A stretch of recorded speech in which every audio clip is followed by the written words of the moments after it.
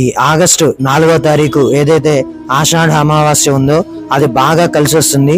ఆ రోజు పొద్దున్నే తల్లారా స్నానం చేసి ఇంట్లో చక్కగా దేవుడికి పూజ చేసి దీపారాధనలు వెలిగించి ఆ రోజు ఇంట్లో అంతా నిష్ఠగా ఉండి సాయంకాలం ప్రదోష కాలంలో ఇంటి సింహద్వారం ముందు ముగ్గు వేసి ఆ ముగ్గు మీద దీపం పెట్టి చక్కగా ఇంట్లోకి వెళ్ళి లక్ష్మీదేవికి తెల్ల జిల్లేడు పూలతో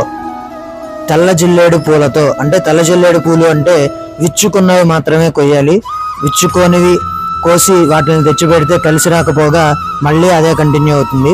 కాబట్టి విచ్చుకున్నటువంటి తెల్ల జిల్లేడు పూలు తీసుకుని వచ్చి లక్ష్మీదేవి యొక్క అష్టోత్తరంతో పూజ చేసి మీకు ఇంకా శక్తి సామర్థ్యాలు ఉంటే కనుక లలితా సహస్రనామం, లలితా అష్టోత్తర శతనామములతో అమ్మవారికి పూజ చేసుకున్నట్లయితే కనుక బాగా కలిసి వస్తుంది.